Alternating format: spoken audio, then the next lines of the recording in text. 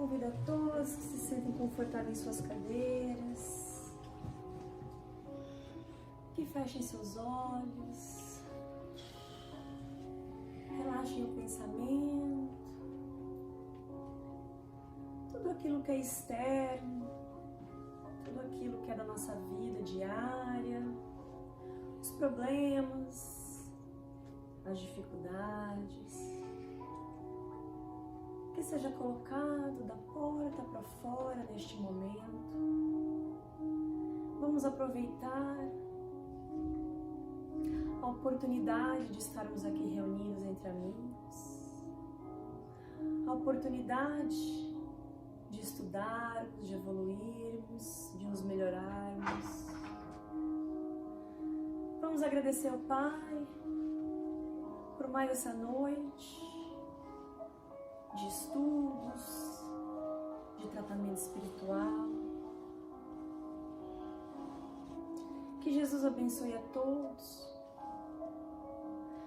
E vamos pedir sempre por aqueles irmãozinhos ainda perdidos no vale das sombras, que se encontram amargurados, tristes, enfermos, que se encontram num estado mental obscuro, que as nossas orações neste momento podem ser levadas, nem que for um pouquinho, para cada um desses irmãos. Abençoai esta casa espírita, abençoai a nossa cidade de Las Vegas, onde residimos, onde trabalhamos, onde temos a nossa família, o nosso trabalho, o nosso dia a dia. E pedimos sempre aos nossos mentores que nos guiem, nos protejam, nos conduzam nas veredas do bem, da caridade, do amor ao próximo, da humildade. Sabemos que a caminhada é longa, mas que tenhamos sempre em nossos corações a certeza que o Pai nos guia, que Jesus nos orienta e que os amigos espirituais estão aqui para nos ajudar e auxiliar. Pedimos permissão aos mentores desta casa para dar início aos trabalhos de hoje. Que Jesus nos abençoe, nos guie e nos proteja. Que assim seja, graças a Deus. Graças a Deus.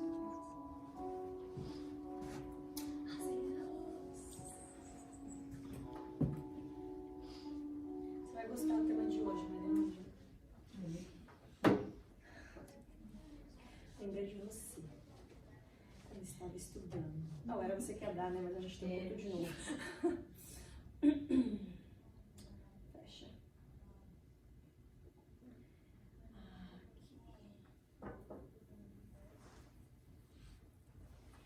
E voltamos, né? No comecinho. Boa noite a todos de novo.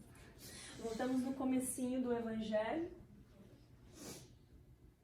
Que não é um romance, né? É um livro de estudo, então podemos voltar, revoltar, e quando a gente estiver fazendo tudo que está escrito aqui, aí a gente pode passar por frente, né? Então, demorar um pouquinho ainda.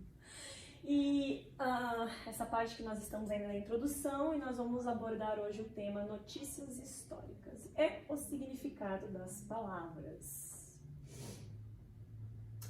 Antes de começar a falar sobre as notícias históricas, um pouquinho antes, eu acho que já foi falado aqui também, né, na introdução do Evangelho segundo o Espiritismo, Kardec fala, dentro do tema objetivo desta obra, que a obra pode se dividir em 5 partes, né? Eu sabia que eu tinha que ter mexido isso aqui tá tudo. Então, eu vou ler aqui, caso estiver faltando as palavrinhas ali. Em 5 partes, né? Quando fala a obra, é o Evangelho, né? Lembrando que o Antigo Testamento é a história do povo hebreu e os costumes, e o Novo Testamento é a história, né, de Jesus, né, as máximas de Jesus. Então aqui nós abordamos as máximas de Jesus. Porém, um se liga ao outro, né? É necessário que entendamos principalmente os vocabulários, que é muito colocado nas parábolas, né, para que possamos ter uma compreensão maior dos ensinamentos.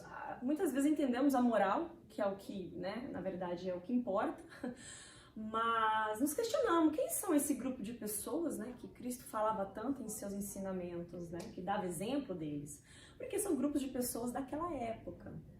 Então é necessário entender quem são essas pessoas, quem são esses grupos de pessoas, que costumes eles tinham, né, que posturas que eles tinham na sociedade. E aí a Kardec fala que o evangelho ele pode ser, o evangelho não este, mas o evangelho no seu total, ele pode ser dividido em 5 partes, que é os atos comuns à vida do Cristo, os milagres, as profecias e as palavras que serviram ao estabelecimento dos dogmas da igreja e o ensinamento moral.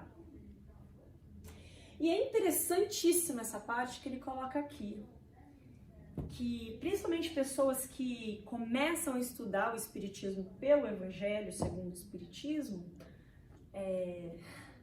não se sintam excluídas de uma forma por acreditar em uma outra coisa, por ter uma outra religião, né? Porque Kardec ele coloca assim, se as 4 primeiras partes, aquelas 4 aqui, ó, os atos comuns da vida do Cristo, desculpa, eu li tudo aqui, os milagres, as profecias, né? As palavras que a igreja usaram, né?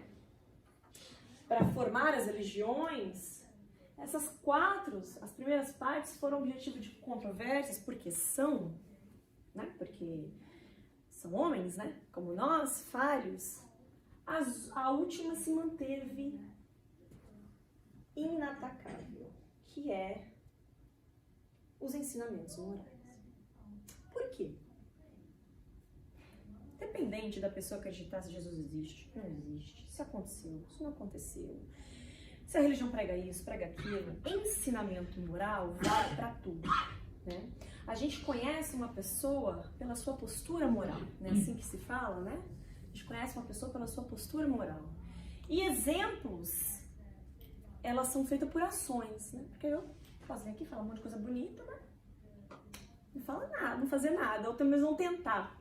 Então as pessoas vão me conhecer pelas minhas atitudes morais, pelos meus exemplos, né? Pelas minhas mudanças.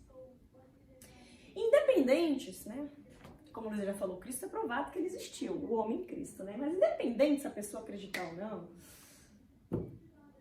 os seus ensinamentos morais são incontestáveis.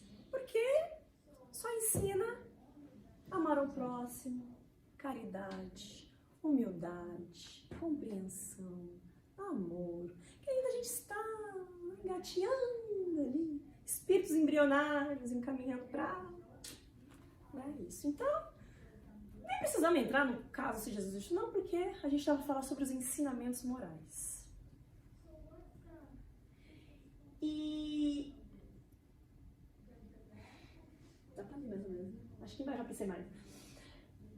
E a compreensão das passagens dos evangelhos é muito importante.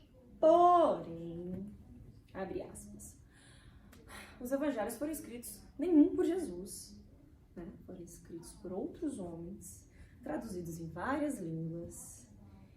E tem muita controvérsia. Muita controvérsia. Ah, porque estava errado os ensinamentos? Não, porque as traduções às vezes não correspondem às originais. Que nós que já falamos uma outra língua, que é o inglês, já sabemos que tem certas coisas que não se traduz ao pé da letra. E que se traduz e não faz sentido. Então a gente tenta explicar de uma outra forma, né? Então imagine uma linguagem, um vocabulário que foi se construindo ao longo do tempo, né? Então o hebraico é uma língua muito antiga e se utilizava de coisas da época, que a gente não tem hoje em dia. E hebraico, aramaico, latim, grego e por aí, grego, latim, quer dizer, e por aí vai. Então, vocês têm uma noção, no 5º século depois de Cristo, o Papa Damásio pediu para Jerônimo, depois virou São Jerônimo, né, conhecido como São Jerônimo, pediu para ele para traduzir as escrituras sagradas do grego para o latim, né? A língua oficial dos romanos, né? E olha que interessante, e ele mandou, e o Jerônimo mandou uma carta para o Papa. E se vocês fizerem um Google, vocês podem achar essa carta. E eu também acho que no livro de Cristianismo e Espiritismo, se eu não me engano, eu sei que é de Leon Denis, tem essa carta. É muito interessante, porque se a gente entende isso, a gente compreende que a gente precisa ter muita cautela quando se lê livros tão antigos, né? E aí ele falou, São Jerônimo falou para o Papa, olha, meu linguajar agora, tá? Não vou transportar o que eles falaram, porque é muita palavra difícil. Ele falou assim, é o seguinte, seu pontífice, eu quero dizer para o senhor que se eu traduzir do grego para o latim, é impossível, tá? Permanecer as palavras do jeito que elas são. O que significa que o contexto vai mudar. Porém, como o senhor é o subpontífice que manda, eu farei, mas me eximo da responsabilidade de mudar o contexto. O senhor fica com a responsabilidade. Estamos combinados? Então aí a gente já sabe que já foram mudados muitos contextos. E aí tem uma palestra que eu estava ouvindo, que como é que chama? Daquele novo que a gente está vendo?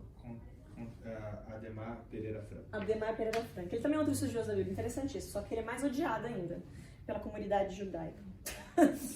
Né? Porque ele... Tem uns que falam mais de uma forma, outros falam de outra, mas o jeito que ele coloca os contextos é muito interessante. Não, obviamente, ele não está... Até quando ele começa a falar, ele fala assim, eu não estou querendo ofender ninguém, mas o que é ciência necessita ser estudado, historiadores estão aí para isso. Aí ele fala que é necessário essa compreensão, né? Porque só no Brasil existem 27 tipos de Bíblia. Ah, mas muda as palavras de lugar, mas o contexto é o mesmo. Mas depende da interpretação. Depende de uma vírgula, de um ponto final. Eu quero falar isso antes de começar, porque nós vamos falar de grupos de pessoas, né, dos judeus.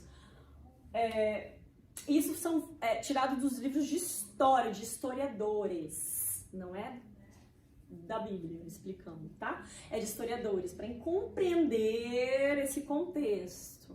Então, depois que eu li sobre isso, né, sobre essa carta do Papa Damásio falando com São Jerônimo, então, aí fica a critério de todos nós sabermos as fontes a procurar, né? E que sejam historiadores, né? Não precisa ser espírita, não é isso. Historiadores estão aí para estudar e para, né, fazer entender. Com isso em mente, é necessário se conhecer o valor de muitas palavras que caracterizam os costumes da sociedade judaica naquela época. O significado delas explica o verdadeiro sentido de certas máximas. Então, vamos nos valer de uma passagem, né? Porque para a gente entender certas palavras, eu tenho que dar exemplos. Então, não dá para falar todas as parábolas, e vamos se valer de uma parábola. Que está em Lucas, capítulo 18, o evangelista Lucas, capítulo 18, do 9 ao 14. E ele, eu não vou entrar em toda a moral da parábola, mas é só para usar as palavras. E ele conta, Jesus conta a história, que dois senhores entravam no templo. Um era fariseu e o outro publicano. E ali eles se encontravam em uma oração e o conteúdo, né? Como se fala, eu vou pular o conteúdo, mas um fazia uma oração, o fariseu fazia uma oração gloriando a Deus, que ele era uma pessoa, graças a Deus que eu não sou igual aos outros, porque eu pago os meus impostos, porque eu dou o dízimo, porque eu não sou ignorante, não faço blasfêmias. Enquanto o publicano, ele se reconhecia, né, que ele era um pecador. Essa era mais ou menos o teor da história. Mas aí você vai ler a passagem e fala, quem é fariseu? O que é publicano? O que é isso? E dentro, né, das passagens bíblicas existem muito dessas palavras, mas a gente precisa entender. O povo judeu era um só. Um só. Né? Como o povo americano é um só, como o povo brasileiro é um só, como o povo argentino é um só, como o chinês é um só. É um só. Mas mas cada um tem suas divisões, certo? Nem todo mundo acredita em tudo, nem todo mundo segue tudo, nem todo mundo tem a mesma ideia. Então a gente é separado por grupos, né? Naquela época não era diferente. Então, para entender quem são os fariseus, publicanos, saduceus, samaritanos e por aí vai, a gente precisa entrar nos fundamentos do judaísmo. E agora a Mariângela entra aqui, eu sento. Que ela conhece. É os fundamentos do judaísmo. E os fundamentos do judaísmo, que é, né, uma religião monoteísta, a primeira religião monoteísta, que acreditava num Deus só, não eram deuses, né? Que começou com Abraão e passou por Moisés, com seus 10 mandamentos, né? Muito bonita, por sinal. Os ensinamentos muito bonitos, por sinal. E uma religião bem antiga. E aí, lembra da passagem, né, do fariseu e do publicano? Eles estavam num templo. O templo descrito, e esse é realmente, depois eu fui pesquisar na internet, é a maquete do templo real, se assim pudesse dizer, né? Do templo de Salomão, né? E o templo de Salomão, que é, né, a área geográfica dessa parábola, era um local de culto religioso e o lugar oficial para os sacrifícios, né, que eles iam. Esse templo ele foi destruído, se eu não me engano, em 1800 anos antes de Cristo, se eu não me engano. E aí o povo se espalhou, né, por aquela área, por aquela região do globo. E aí eles fizeram as sinagogas, que é conhecida até hoje, né? Existem sinagogas pelo mundo inteiro. E são os edifícios onde os judeus se reuniam aos sábados, que é Shabá, né? Se eu não me engano, é isso, né? Que é o dia do descanso, do repouso, dos estudos das escritas sagradas, para a leitura dos livros sagrados, explicações e orações sobre a chefia dos doutores da lei. Ó, doutores da lei. Quem é os doutores da lei? Então já entendemos, né, que o judaísmo é uma religião monoteísta e é um povo. Porém, como todo povo, mesmo que eles sejam judeus, e Jesus era judeu, não acreditam nas mesmas coisas, né? Praticam coisas diferentes em atos religiosos. E outra coisa, nesta época, a religião e a política eram praticamente a mesma coisa, se não eram a mesma coisa. As leis sagradas de Moisés eram implementadas como leis mesmo. Caso você não cumprisse, você era punido, né? Então hoje, né, existem as religiões, existem a política, né? Às vezes, mas na grande maioria uma coisa não interfere mais na outra, né? Mas nessa época eram, assim, bem alinhadas, né? Os interesses políticos eram alinhados com os interesses religiosos. Então, escribas e fariseus, eles eram os doutores que ensinavam a lei de Moisés e interpretavam para o povo. Por quê? Os escribas, principalmente, eram um dos poucos que tinha o privilégio de saber ler. Por isso que eles interpretavam para o povo as leis de Moisés. Aí começa o que a gente conhece até hoje, o problema. Interpretavam. Escribas e fariseus eram o mesmo povo, tá, judeu? Só que eram grupos diferentes, porém eles tinham mais ou menos aliado as mesmas ideias. E como eles detinham da possibilidade de saber ler, eles interpretavam ao seu bem prazer. Certo? Para quê? Para a administração de um povo. E se a gente reportar para os dias de hoje, quem sabe mais administra os que sabem menos. Certo? Né? Um povo ignorante é administrado por uma pequena minoria de pessoas que têm, vamos assim colocar, mais escolaridade, mais poder. Lógico que hoje em dia temos outros promenores aí, colocar dinheiro e tudo mais. Também no caso deles não era diferente, mas é mais ou menos assim, resumidamente. E eles eram cumpridores das práticas exteriores, dos cultos e das cerimônias. eram aqueles que se interessavam muito mais, aqui já fala, práticas exteriores, a ostentação dos templos, das roupas, a ostentação, como é que fala, que eu falei no começo, dos sacrifícios, né, que eles faziam nos altares, para mostrar que assim tinha que ser e assim tinha que ser seguido, né? Então a parte moral e espiritual não era muito, né, o ramo deles. E ocultavam costumes dissolutos, orgulho e ânsia de dominação. E é engraçado que a gente lê isso, a gente fala assim, mas parece que eu já vi essa história, né? E não faz nem 2000 anos, né, que a gente continua vendo essa história. Eles se vestiam dessas túnicas, né? E quando eu falo as túnicas, eu não falo a túnica física, eu falo a túnica moral, para atrás delas fazerem o que eles achavam que deviam fazer. E nem sempre o que eles falavam, eles faziam. Porque tudo que tinha a ver com poder e dinheiro, como até hoje, infelizmente, estamos no progresso, ainda, né, se dá mais valor. E não era diferente ali com eles. E tinham a religião mais como meio de chegarem a seus fins. Não a religião como um fim, mas como um meio, né? Do que como objeto de fé sincera. E a gente viu ao longo da história a religião fazendo coisas realmente tristes, né? Porque ainda quando a religião, porque deixando claro, né, que isso era uma religião, mas Jesus até então, aí se a gente falar, Jesus não era religião de nada, né? Ele tinha os seus ensinamentos, que não fazia parte de nenhuma religião.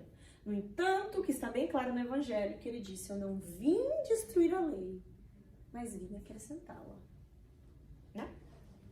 Então, eles não tinham, né? E lembrando que o fariseu, lá daquela parábola, que ele estava lá no templo rezando. Então, o fariseu e os escribas eram esse grupo de pessoas judias que tinham essa postura na sociedade. Os saduceus, o outro grupo, que também se ouve bastante nas parábolas, era uma seita judaica formada por volta do ano quase 250 anos antes de Cristo. E não acreditavam na imortalidade, na ressurreição, nem nos anjos bons e maus. Então, quando não se acredita na imortalidade, não se acredita na vida eterna, então é tudo agora aqui o presente, então viramos mais na área materialista, que também eles partilhavam dessa ideia. Não acredito em nada. Acredito no aqui, no presente, e o que eu posso ter e fazer neste momento. É bem importante também dizer que eram grupos, não que todas as pessoas pensavam assim, né? Mas não quer dizer que você não acredita na mortalidade da alma, na encarnação, que seja uma pessoa ruim, né? Mas o grupo dessas pessoas, na sua grande maioria, os pelo menos que se destacavam, eles eram conhecidos como realmente materialistas. E eles acreditavam em Deus, mas eram materialistas. E tinham a satisfação dos sentidos físicos por um objetivo essencial da vida. A grande maioria de nós, né? Ainda por mais que falamos que somos desapegados, ainda somos muito apegados à matéria, assim, muito apegados à matéria, né? E isso não quer dizer que a pessoa seja uma pessoa má, horrível, mas né? É ainda uma má tendência que nós temos, né? O apego às coisas materiais. E não era diferente lá. E aí tinha os essênios. Os essênios foi fundado 150 anos antes de Cristo. E ele tinha muito a ver com as coisas mais espirituais, né? Como nós já aprendemos também no comecinho do Evangelho, né, sobre as pessoas que vieram antes de Cristo, né, para colocar assim dizendo, começar a implantar as ideias filosóficas diferentes, que Cristo nada mais era que isso, também implantou as ideias filosóficas diferentes de postura, de conduta, de moral. Eles também já vieram antes de Cristo, como se estivesse preparando o caminho. E eles formavam uma associação moral e religiosa, não materialista. Distinguiu-se pelos costumes brandos e por austeras virtudes. Ensinavam amor a Deus e ao próximo, a imortalidade da alma e acreditavam na ressurreição. Aí eu vou parar aqui um pouquinho, porque entrar num outro contexto, abre aspas. Acreditavam na imortalidade da alma. Aí, voltando lá pelo papo da Bíblia, né, quando alguns dos nossos irmãos de outras religiões, né, vêm, e não todos, tem muita gente com a mente aberta, mas vem e fala que é uma blasfêmia acreditar em imortalidade da alma, que morreu, acabou. Isso está na Bíblia. Né? E aí fala, mas tá bom. Vai que você não acha na Bíblia, né? Vai que tá com uma tradução diferente. Isso é uma história. É a história desse grupo de judeus, essênios. E eles acreditavam na imortalidade da alma. Para mais de 2.000 anos atrás. Então, a gente começa a fazer aquela raciocinada que a gente fala, né? Começar a puxar e linkar uma coisa com a outra. E viviam em celibato, condenavam a escravidão e a guerra. Então eles tinham mais essa postura moral. E pelo gênero de vida que levavam, assemelhava-se aos primeiros cristãos. Antes de Cristo, né? E os nazarenos, judeus que faziam voto de guardar perfeita pureza, praticavam a castidade, abstinham-se de bebidas alcoólicas e conservavam o cabelo longo, a cabeleira, né? Que é um símbolo, né? Que a gente, quando pensa em Jesus, a gente pensa nisso. E realmente eles andavam desse jeito. E mais tarde os judeus deram esse nome aos primeiros cristãos, por alusão a Jesus de Nazaré. E aí, os publicanos, voltando lá na parábola. Então, fariseus já conheceram quem eram, né? Que eram os doutores da lei. E os publicanos? Aí até tem aqui a fotinho que fala, né, da passagem de Zaqueu, da parábola de Zaqueu, né, daquele moço que sobe na árvore, que vê Jesus passar e se interessa, e Jesus dá Zaqueu, pode descer, que hoje eu vou ficar na sua casa. Mas Zaqueu era um publicano. Quem eram os publicanos? Eram os responsáveis pela arrecadação de taxas, tributo e impostos. Era querido? Quem cobra imposto ninguém gosta, né? Até hoje. Só que eles trabalhavam em conjunto, porque eles tinham que trabalhar, na verdade, em conjunto, né, com os romanos.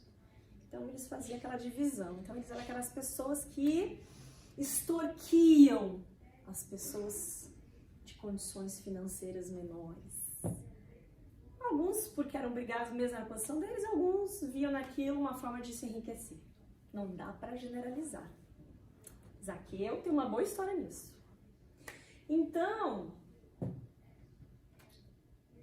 eram considerados gente de má vida, mas tá aqui entre aspas, por quê? A gente sempre considera as pessoas que têm dinheiro de má vida, né? Na sua grande maioria, o que está extremamente errado. Nós não conhecemos o íntimo das pessoas. Não conhecemos o íntimo das pessoas, e se podemos conhecer é pelas suas posturas morais. E não quer dizer que a pessoa tem dinheiro que tem uma boa postura. Sim, é de fato uma prova muito grande, das mais difíceis. E aí lá na frente do evangelho a gente vai aprender que é mais difícil do que a miséria. Que a miséria a gente não tem condições materiais de fazer quase nada, nem pra gente. Com dinheiro a gente tem condições materiais de fazer muito. Bem ou mal. Então eles eram acusados de gente de má vida, né? Porque realmente extorquiam o povo daquela época. E pelas riquezas que alguns adquiriam por meio de lucros ilícitos. Olha, ninguém mais faz isso, né? Povo atrasado esse daí, né? Olha, ficar rico por meio de lucros ilícitos. A gente nem vê isso nas reportagens, né? Nem vê. No Brasil, então, a gente nem vê. Esse aí é o que a gente fala, ó. Exemplo, aprenderam. Não é interessante a gente analisar essas posições e ver que ainda partilhamos, né, dessas tendências tão fúteis, tão pequenas. Então, e os impostos foi o que os judeus mais dificilmente aceitaram. Daí nasceram várias revoltas, né? Eram os publicanos dessa parábola. E aí os samaritanos, né? Os samaritanos eram um outro povo de uma grande região, na verdade, de Israel, que depois virou a capital dissidente de Israel, Samaria, e somente admitiu o Pentateuco, que continha as leis de Moisés. Só, mais nada. Segue isso reto. Porém, para os judeus ortodoxos, geralmente era os saduceus, eram os fariseus, os escribas, eles eram heréticos, portanto desprezados e perseguidos. Botam em um entre parênteses, eles não tinham dinheiro. Eles não tinham dinheiro, então desprezados e perseguidos. É uma correlação aí dos dias de hoje. E os terapeutas, achei tão interessante o dia que eu li isso, falei, tudo bem, tem português, né? Mas depois eu peguei a questão da palavra, né? Da onde veio. E mais ou menos é por isso que a gente fala sobre terapia, terapêutica, médicos, é mais ou menos isso aí. Que veio dos terapeutas, que era um outro grupo de judeus, servidores de Deus ou curadores, médicos. Eram judeus contemporâneos do Cristo. Tinham muita relação com os essênios, lembra? Cujos princípios adotavam. Representava o traço de união entre o judaísmo e o cristianismo. Esse é um outro ponto muito interessante, porque mesmo naquela época, os grupos de elevada moral, que eram um deles os terapeutas, já entendiam que não tínhamos que nos dividir, mesmo que acreditássemos em coisas diferentes. Mas tínhamos que nos unir, pelo fato que o objetivo era o mesmo, né? Todo mundo precisa de beber água, todo mundo precisa de comer, todo mundo precisa de dormir, todo mundo precisa de ir no banheiro, ganhar dinheiro, e por aí vai. Então nós temos assim, na grande maioria, se não a maioria, né? Fora das personalidades, nós temos coisas muito... É muito comum entre nós, temos atitudes parecidas, né? Necessidades parecidas. Só que o que fazemos? Nós desviamos os objetivos. E quando o objetivo ele é para melhorar você em um grupo, não quer dizer que você não vai achar dificuldade, pelo contrário, vai, né? Jesus achou várias dificuldades. E ao longo da história, né? Sócrates, Platão, Aristóteles, Galileu Galilei, Joana d'Arc, Gandhi, por aí vai, né? Todos esses sofreram muito, por um único motivo: implantar ideias diferentes de uma grande massa. E essas ideias, elas têm muita coisa em relação, que são mudanças, melhoras no coletivo, me ajuda, mas tem que ajudar a todos, trabalhos em grupos para o crescimento, né? E essas ideias, claramente, as pessoas que querem dominar outras ficam incomodadas. Falam, peraí, se eles começarem a entender e compreender disso, aí essa minha parte que eu tô aqui vai começar a ficar feia. E é mais ou menos o que aconteceu com Jesus, né? Jesus disseminava o amor, a humildade, a caridade, o entendimento ao próximo, a compreensão, lógico, num nível muito mais sublime ainda da nossa compreensão. Mas ele implantou aquela sementinha, né? E ele não era judeu, não participava de nenhuma seita, de nenhum grupo. Era em todos os grupos que ele aceitava as pessoas a ouvirem a palavra dele. Só que ele tinha de ideias diferentes dos doutores da lei. E sabia que um povo ignorante é muito mais fácil de dominar do que um povo que tem conhecimento de seus direitos, né? E aí ele ensinava, né, que nós não temos que ir contra, mas nós temos que ir juntos. E aí, como todos esses que eu falei, morto. Hoje, acredito, né, se aparecem ideias novas, as pessoas podem até odiar, falar aquele monte de coisa na internet, aquela coisa horrível, mas eu acho que talvez não chegue, né, a não ser que mude talvez com muita gente que interessa, possa acontecer algumas atrocidades. Pode. Mas as coisas estão mudando, né? E assim, ali era mais tempo mais bárbaros, hoje talvez as coisas são mais explícitas.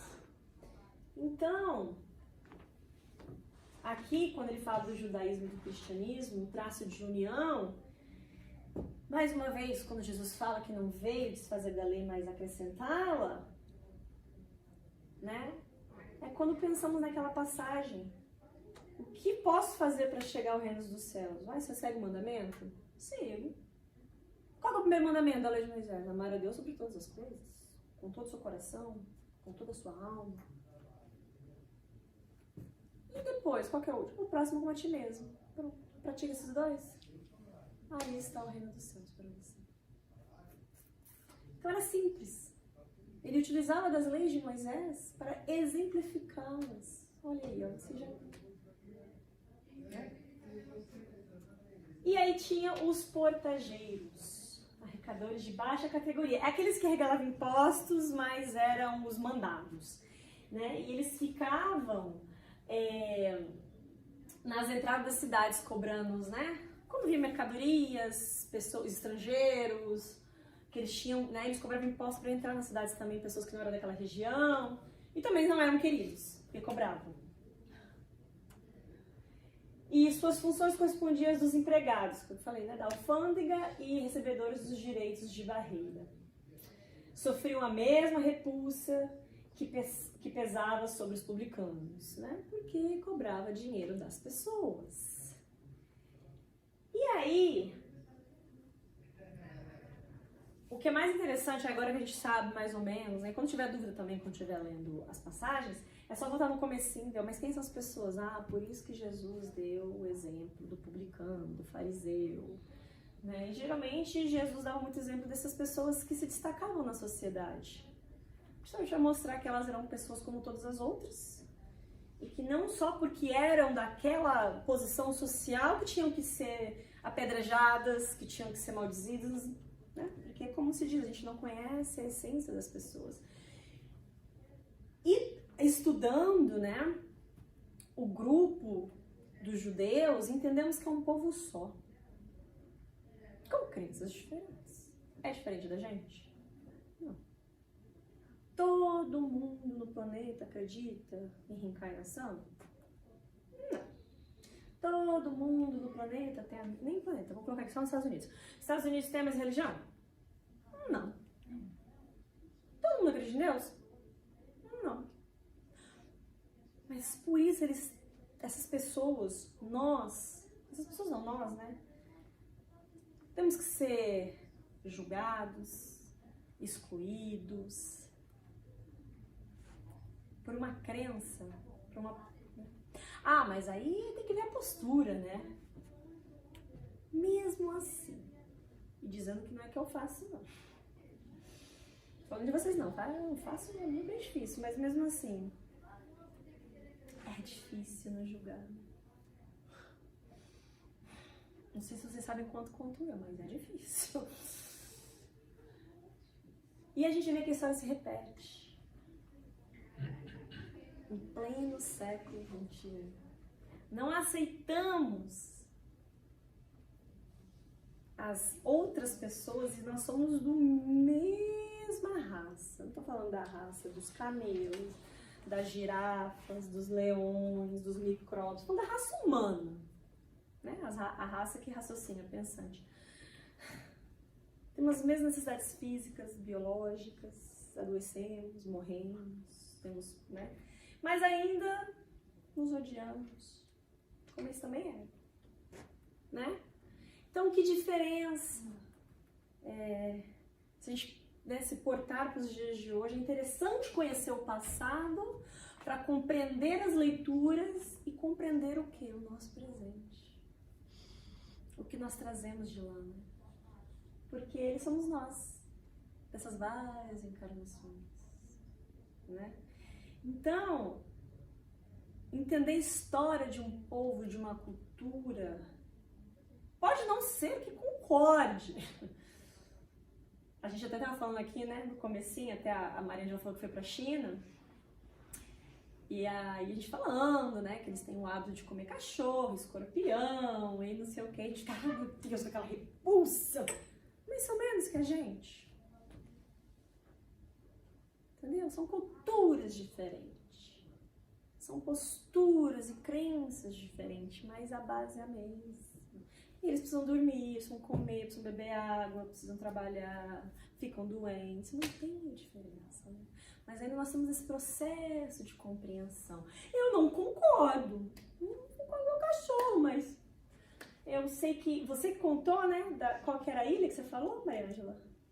Na Salva, né? Que eles estavam construindo o resort, daí chamaram vários chineses para construir esse resort. E começaram a ver que na região estavam sumindo os cachorros. Os pets. Os pets. Aí já que a gente pensa, que povo assim, maldoso, comendo bicho. Mas aí se a gente entrar num contexto, é a cultura deles. Ah, mas eles têm que entender que não pode fazer isso. Às vezes eles não têm essa compreensão. Se a gente pegar um pouquinho mais ali dentro da história, a China que a gente conhece é a China capitalizada, que é a orla. Se você for entrar pra dentro da China, dá um exemplo pra vocês. Quando eu tava na faculdade, essa minha professora, e ela é assim, ela é baixinha, cabelo curtinho, loiro, gordinha, sabe? E a maioria dos chineses são magros, né? Uma pele um pouquinho morena clara, amarelada, e magrinhos, né? Tudo aqui, né? Eles estão acostumados a ver todo mundo mais ou menos com o mesmo padrão físico. E aí ela, né, sempre em feiras internacionais na China, de tecnologia, por causa dos clientes dela, não sei o quê. E um dia ela falou assim, eu quero passear mais pro interior da China, né? E aí, igual que você falou, né? Conhecer aquele pessoal daquele chapelão, que faz aquelas... que cultiva arroz, aquela ideia que a gente tem, né? Pré-ideias que a gente tem quando a gente fala de certas regiões do globo. E que ela viajou 2 horas pra dentro de Xangai. E que as pessoas pediam pra tirar foto com ela. Ela falou, mas o que é isso, gente? Eu sou o quê? Aí a guia falou assim, pra eles você é muito diferente. Eles não estão acostumados a ver pessoas como você. Falei, mas eles não têm, sei lá, não vê filme? Não, o governo não deixa. Eles não têm acesso ao Google, igual a gente tem, pode falar. Como parece uma pessoa lá no interior da Índia. A gente tem acesso, eles não têm. Se a gente compreender um pouquinho mais a cultura deles, ela vai entender o porquê que aquelas pessoas estavam comendo cachorro num lugar que não era pra comer. Ah, mas será que não tinha comida pra eles? Talvez tinha, provavelmente tinha. Mas eles eram acostumados, pra eles era normal. Então é que quando a gente compreende, a gente julga menos. Ou tenta não julgar. Né?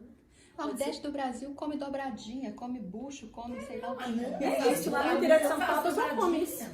Eu amo dobradinha, né? Traz. Exatamente. Olha, o pessoal da Amazônia come cobra. Ah, as chineses comem. Não, o pessoal da Amazônia come cobra também, né? Cobra d'água, né? Enfim, é porque não é porque é o seu costume, a sua cultura que tá errado. Não. O mundo é muito grande, gente. As pessoas, né, pensam diferentes. Mas os objetivos são os mesmos, se a gente para pra pensar, e né, as necessidades também.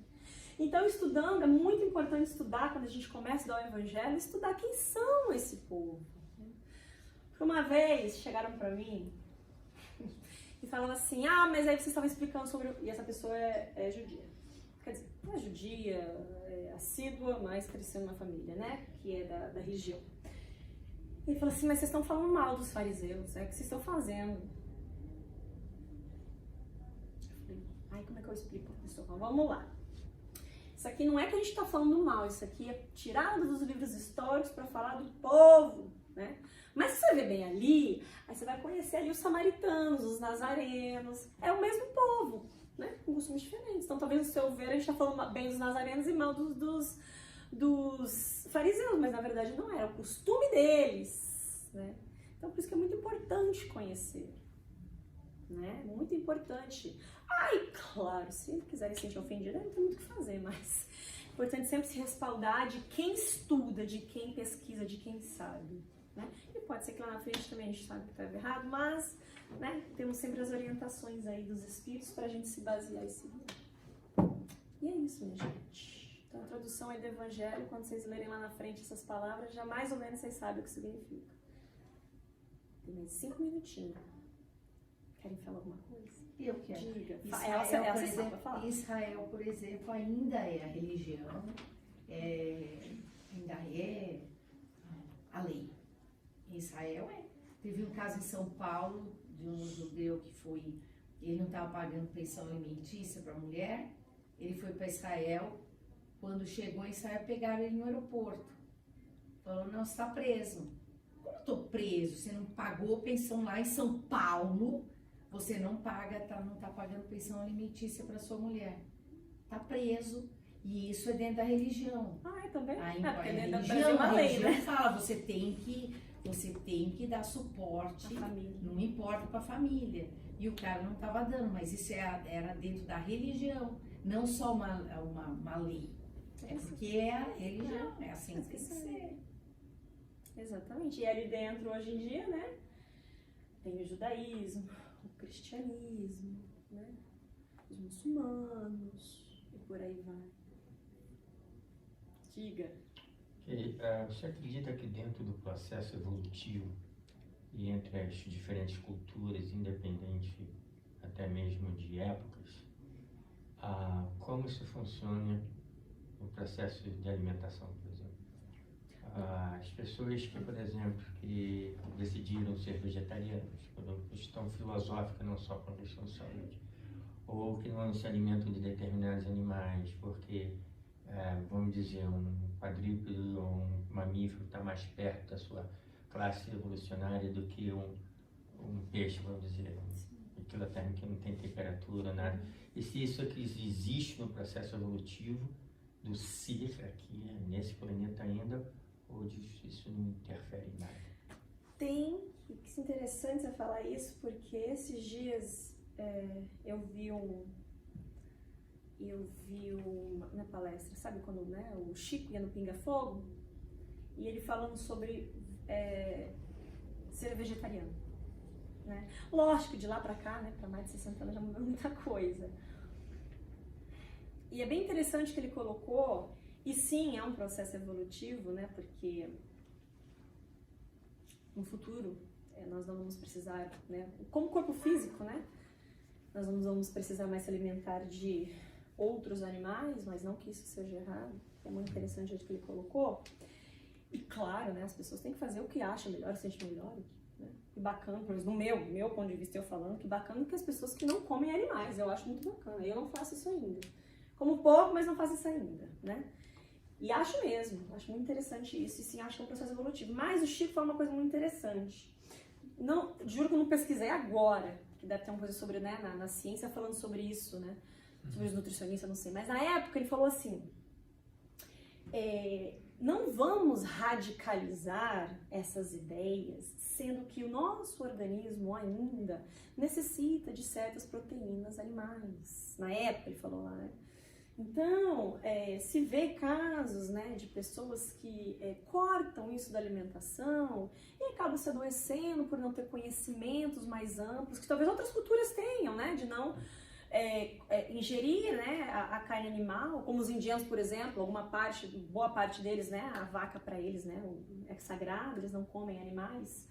Enfim, mas não vamos radicalizar, vamos com cuidado, né? Vamos conhecer este processo para que possamos nos adaptar se é da nossa vontade.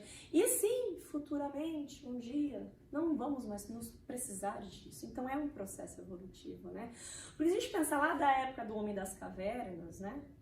Eles não sabiam o conhecimento das plantas. Isso veio com o tempo, né? Sobre o que pode ser plantado da terra e ingerido. Eles tinham conhecimento dos animais, né? E era instintivo matar os animais e comer, né? Eram pessoas más por causa disso? Não, menos evoluídas, né? Do que a gente. Mas a gente ainda faz isso. Sim, aí entra num gama de processos sobre, né? Se a gente pensa sobre maldade com os animais, sobre a questão financeira, que isso gira muito dinheiro e gira, né? Então tem muitos contextos ainda. Aí a gente sai de um contexto que faz bem para o corpo do que faz bem para o nosso bolso, né? Então tem vários contextos. Mas, segundo os espíritos, sim, em processos evolutivos lá na frente, nós não vamos mais precisar ingerir proteína animal. Mesmo porque, se é um estudo lá do livro dos espíritos, tem outros livros falando isso, os animais que são mais perto da gente, não macaco, estou dizendo, mas domésticos, né? as vaquinhas, são espíritos em processos embrionários. Nossa, a gente come. Aí você para pensar nisso, você faz assim, ó. Então são espíritos em processos embrionários, entendeu? Mas aí é um outro papo muito mais deep de, né, da evolução dos espíritos, mas enfim. Então, é interessante pensar isso, sabe? Mas assim, se as pessoas já se sentem, né, na necessidade de não mais comer, claro. Né?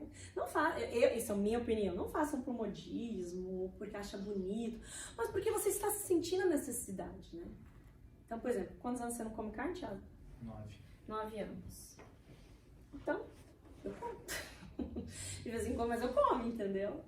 Tento talvez não pensar muito não, mas eu como. Então, assim... Eu fiz churrasco esse domingo agora, pra 12. Você não comeu nada? Nenhuma picanha? É o que a senhora estava falando. Chega uma certa parte que você não para por nojo. Você para porque é uma escolha pessoal. E cada um tem seu tempo, não tem certo e errado, entendeu? Tem que impor nada pra ninguém. Eu não gosto, eu não como muita carne, mas quando no caso dele, ele falou assim, não é porque é ruim não, eu adorava. Nossa, achava maravilhoso. Só fiz pela questão que eu acho, né, na opinião dele, sobre a maldade com os Picanha é animais. uma delícia. Fala, Luísa. Então, mas por exemplo, eu não gosto de comer carne. Eu não como por causa de, óbvio, por causa dos passes, eu não como. Mas, assim, chega no fim de semana, me bota uma picanha, eu não aguento. É um processo muito individual. É um processo muito individual. É um processo muito individual.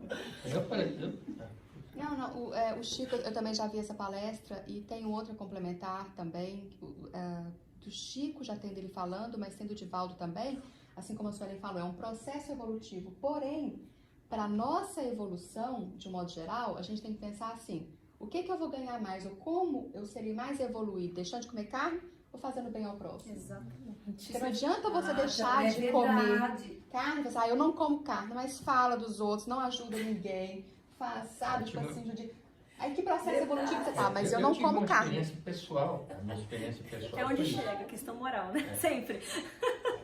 A questão pessoal também foi muito parecido com isso, porque eu fiquei 8 anos, né, vegano mesmo. Vegano. E depois eu passei para a macrobiótica, que é outro, mais restrito ainda. E quando eu fui ao Brasil, você foi muita pressão da sociedade, da família, das pessoas, enquanto a isso, né? Você está muito americanizado, está fresco, não come a comida que a gente come, todas essas coisas. Então, uma pressão muito grande psicológica. E, por um acaso, eu morava perto de uma comunidade, né? Se chama favela antigamente, hoje é comunidade. Mas morava perto da favela e eu conhecia muita gente ali que morava ali, na beira. E eu subi e conheci uma senhora de 105 anos. E ela era forte, assim demais, carregava até lata de água. E fumava charuto, cuspia no chão, assim, essa neta de escravos. E eu, conversando com ela, fiquei abismado com aquilo, não entendi onde é que a senhora tem tanta energia, tanta força, tanta lucidez, lúcida, falava, assim. Aí ela me falou uma coisa que me deu uma pernada. Eu falei, qual é o segredo da sua saúde? Ela falou, meu filho, senta aí. Você tem que prestar atenção numa coisa. Mais importante não é o que entra na sua boca, mas o que sai da sua boca. Nossa, maravilhoso. Aí eu caí pra trás. Nossa. Aquele meu vegetariano. Meu Deus. Aí eu tive uma recaída. Aí quando eu voltei pra casa, eu comi tudo, mas não consegui comer carne vermelha. Eu comecei a comer tudo outra vez, embolou tudo. Não é, mas isso é um exemplo maravilhoso que a Luísa acabou de dizer. Foi exatamente. No final, então é aquele balanço. É o balanço. A gente se depara com sempre a evolução moral. E da moral que vai vir a física, né? Exato. É assim, é esse processo. Aí sim, você já tá fazendo os dois juntinhos, maravilha, mas, né? Aquela coisa, né? A questão das pressões, as questões disso, mas é uma questão de cada um. Mas sempre lembrando que cada um tem seu processo de evolução moral. Cada um tem seu tempo, né? Então, os que não comem mais, ok. Os que comem também, ok. Mas é o que essa senhora falou. Não que entra, que sai. Isso aí é fantástico. Não, mas, por exemplo, o dia do passe, quem dá o passe, por exemplo? Mas isso é outro papo. Estava estudando. Isso aí é outro papo, Maria. A pessoa fica com um cheiro horrível. É verdade, você come carne no dia do passe, vai dar passe, fica com um cheiro horrível. Não dá, você não pode comer, não pode comer. Mas chega no domingo que não tem pasta, não tem, aparece uma picanha, aí fica difícil. Gente, é isso. Muito obrigada. Vou colocar a musiquinha aqui pra vocês. A gente vai passar por passe. A oração, obviamente, você tem que lembrar disso. Lembrando também da... Vai abrir, gente? Vai abrir, né?